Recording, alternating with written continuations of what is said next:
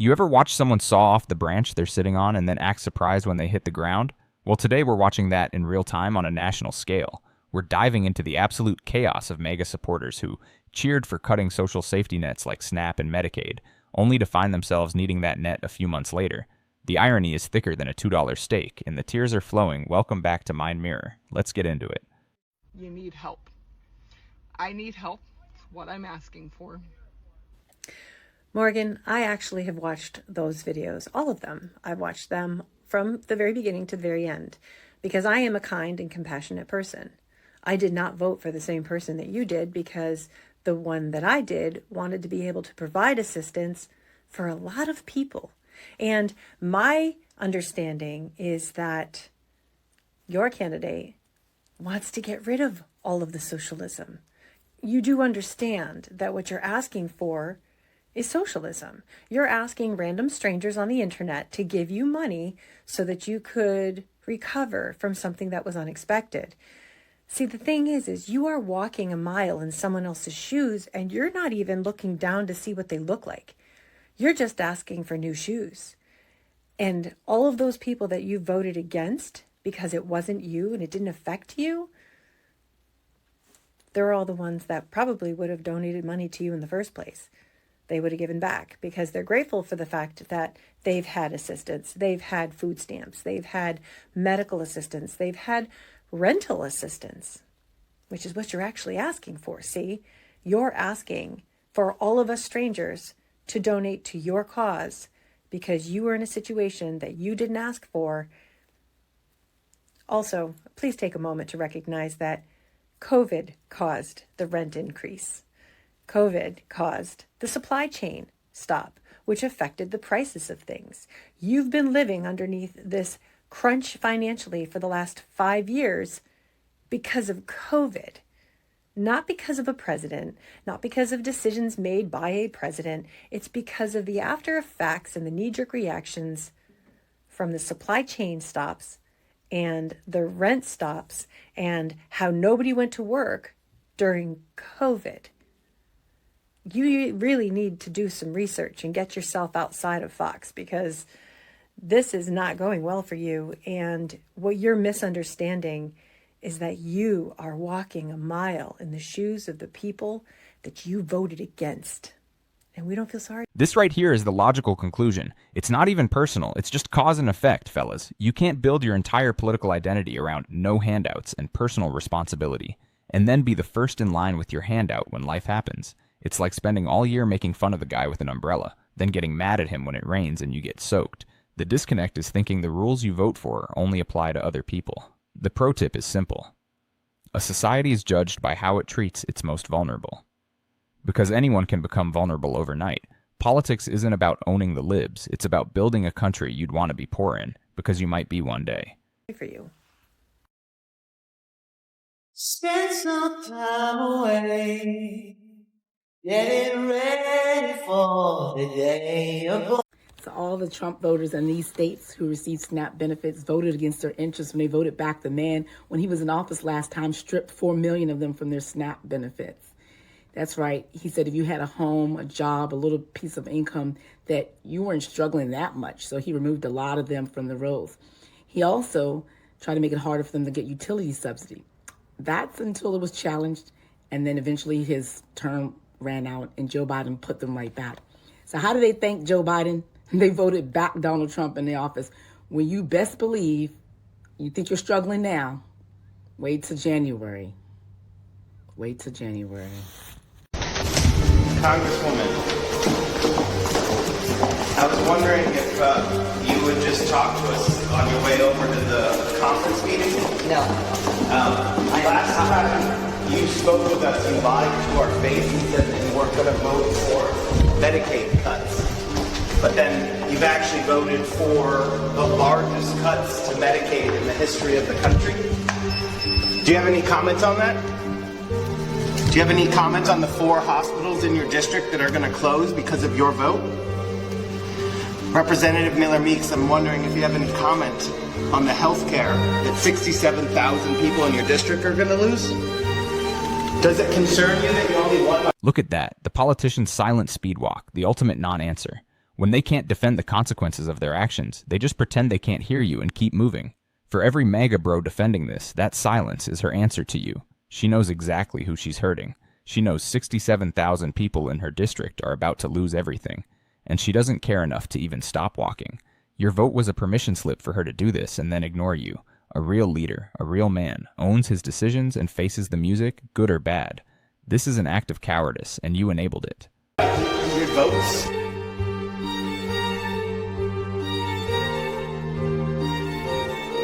Nebraska is probably really pissed that they voted for Trump now, huh? Because everybody that's like, no, Medicaid's not going to close clinics and Medicaid's not going to close hospitals. Ask Nebraska how one of their clinics is now being closed. Why, you might ask? Because of Medicaid cuts. Because of Medicaid cuts. And that's just the first to downfall publicly. Imagine all the small ones that's going to close without the public knowing. And yes, my face is greasy because I got on sunblock because I'm about to get outside. But listen, I'm trying to tell you, it is about to get real ugly in America. Y'all just wait and see all you nurses and CNAs and LPNs and doctors. Yeah, you might want to go look for a new job because you're about to get terminated. Thanks to Trump. Go thank your president. I'm angry. I'm upset because I'm like, I voted for you. Like, I put myself for you, and here you are, and you're basically embarrassing me as the American people. Like, you said that you want to come in here and make America great again, but you're not. You're making the elitists great again. You're making the people with money great again.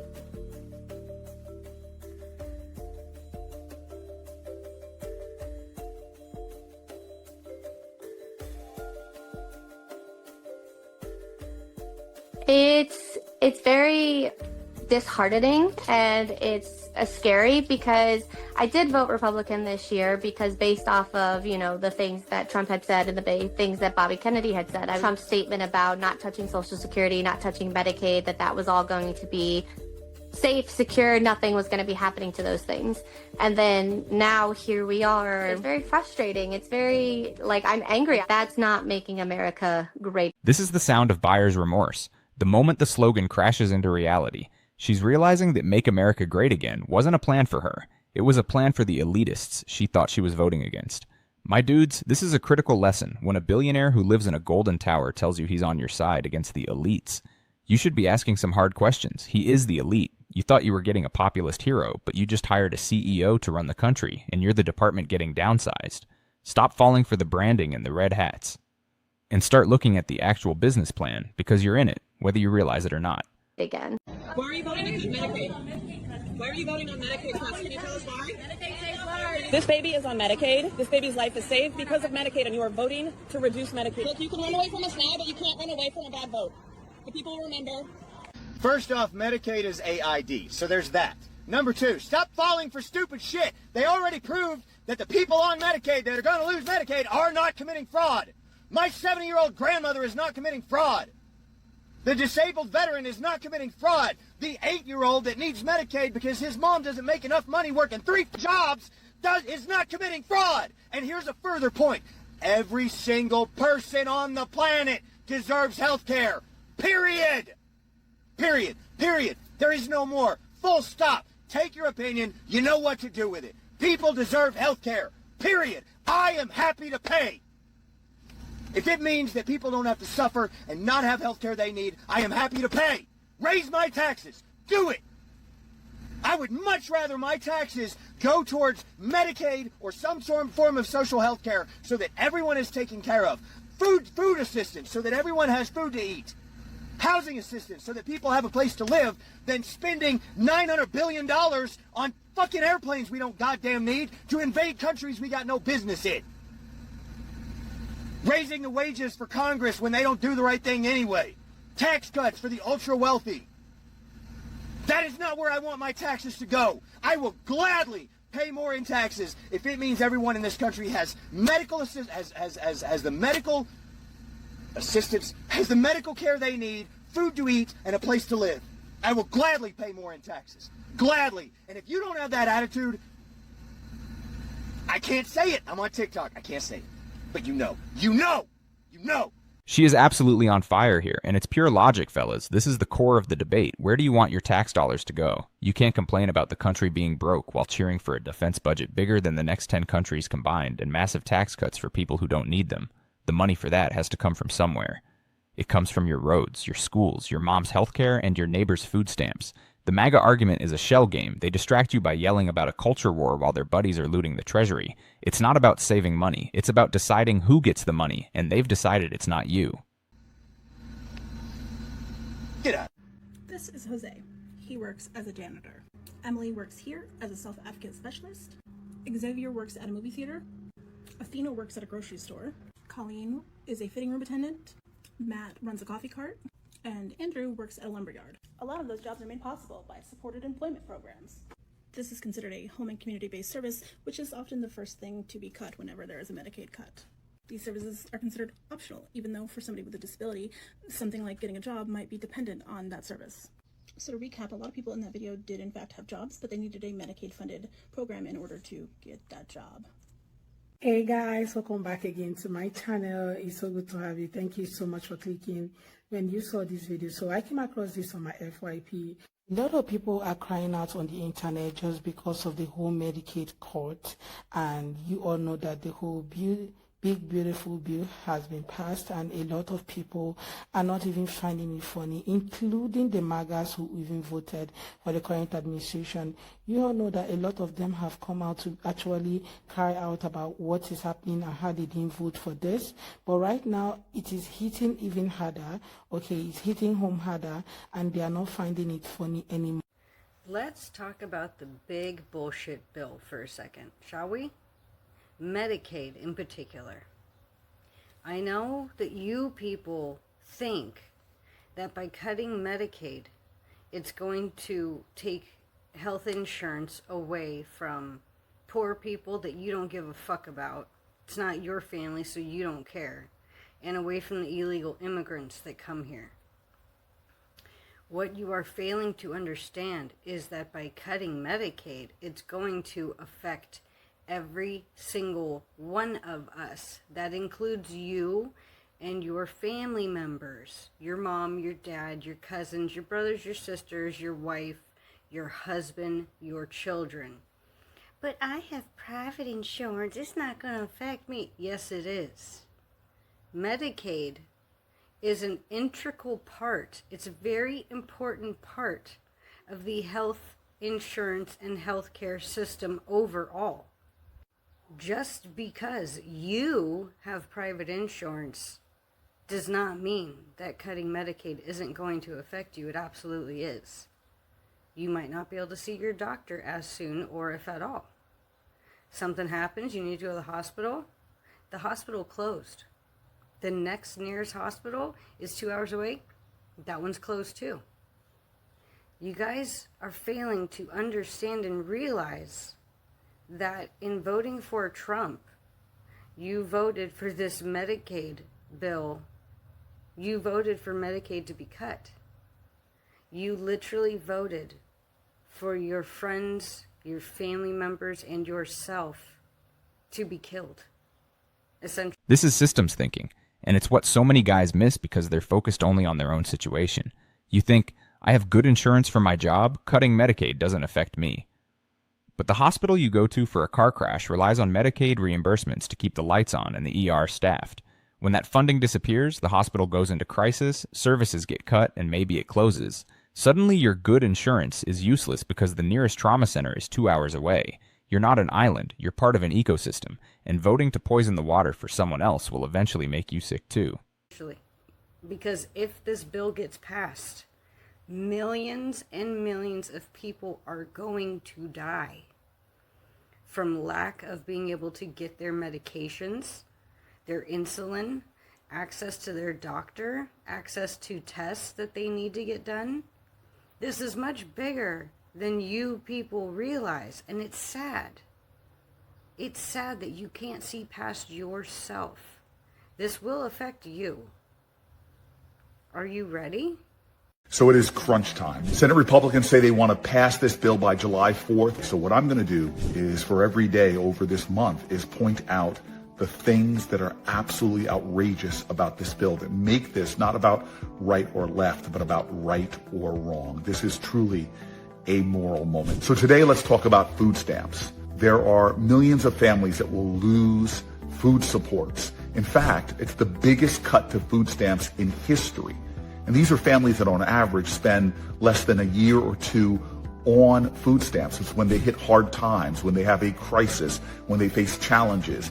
And those food stamps help our most vulnerable citizens have good nutrition, good supports for their health, and actually helps them to do better, to bridge them often through difficult times and make sure our children, their children, don't suffer. And remember, these programs that they're gutting and cutting are not to drive down the deficit. The deficit's going to go up dramatically by trillions. It's in order to give the wealthiest amongst us bigger tax cuts. It is literally robbing from working class, low income people to give to the wealthiest. That is a... Cory Booker just laid it out perfectly. This isn't a policy disagreement. It's a moral abomination. This isn't fiscal conservatism. It's a wealth transfer, plain and simple. They are robbing the poor and the working class to give more to the wealthiest people on the planet. All that MAGA talk about draining the swamp was the biggest bait and switch in modern history. They just riled you up to hate the people struggling alongside you, while the people who actually own the swamp got a massive tax cut. They play you for a fool, using your anger and patriotism as fuel for a machine designed to enrich them, not you.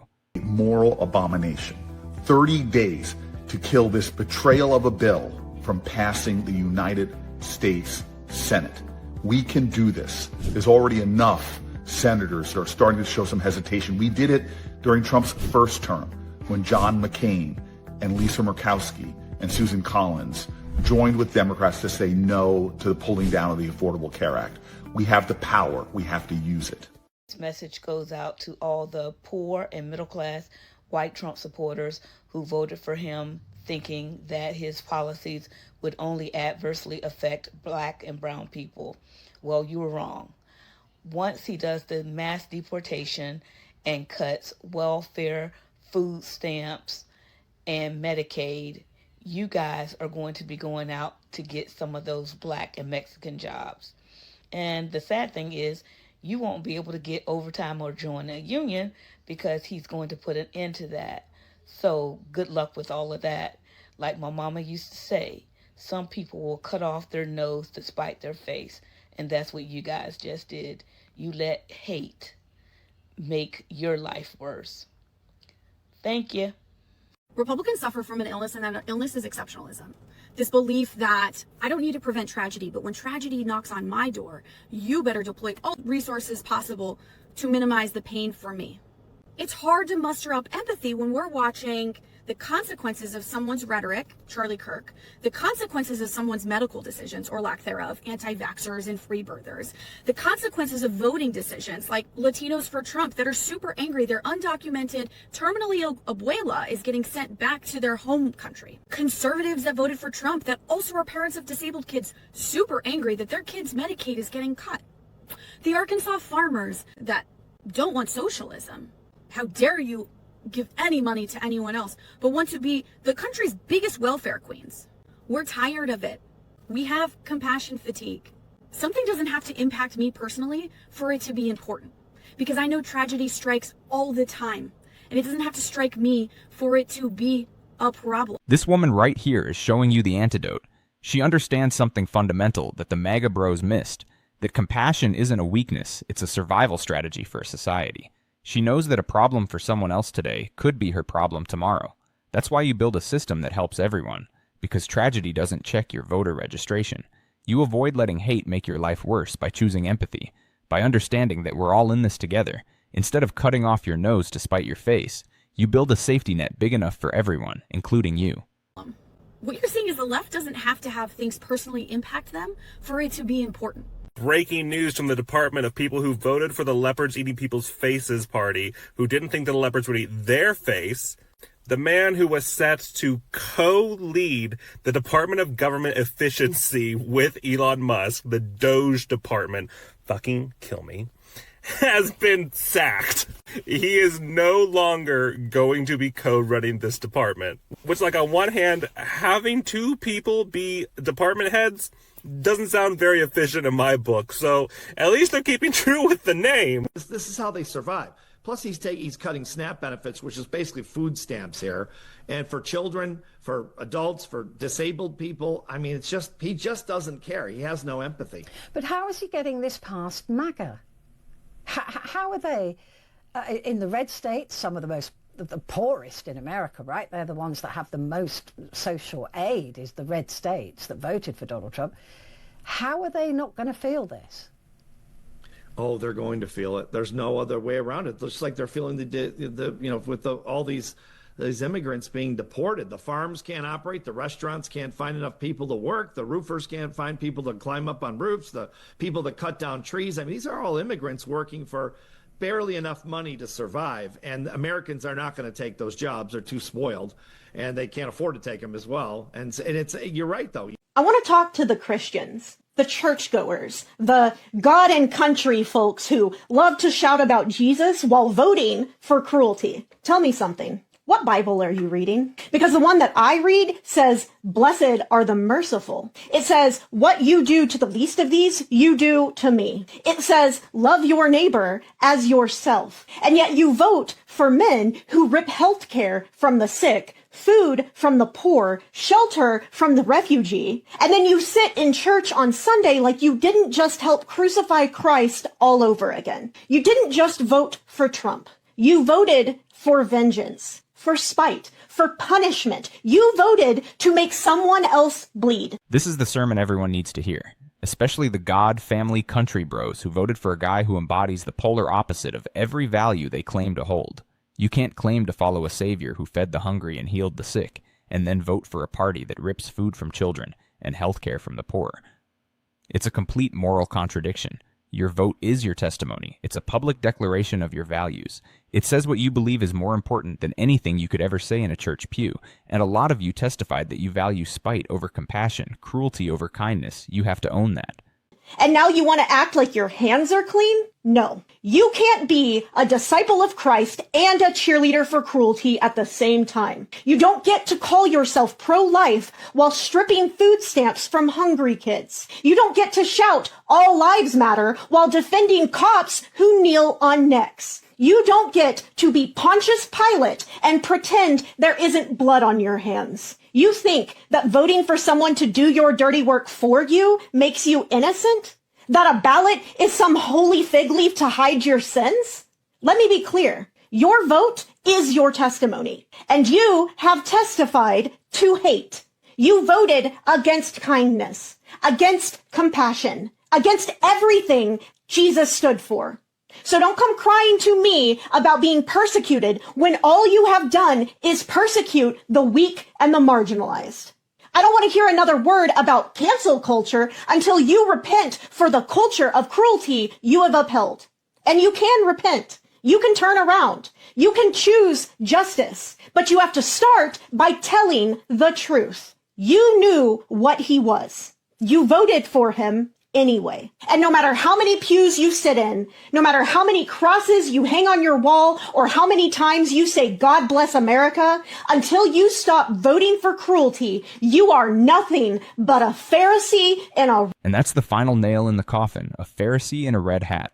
It perfectly captures the hypocrisy. You can't wrap yourself in the flag and the cross and then vote for policies that create suffering and call it patriotism. Your actions, your votes, they speak louder than your slogans. You have testified to hate, against kindness, against everything you claim Jesus stood for.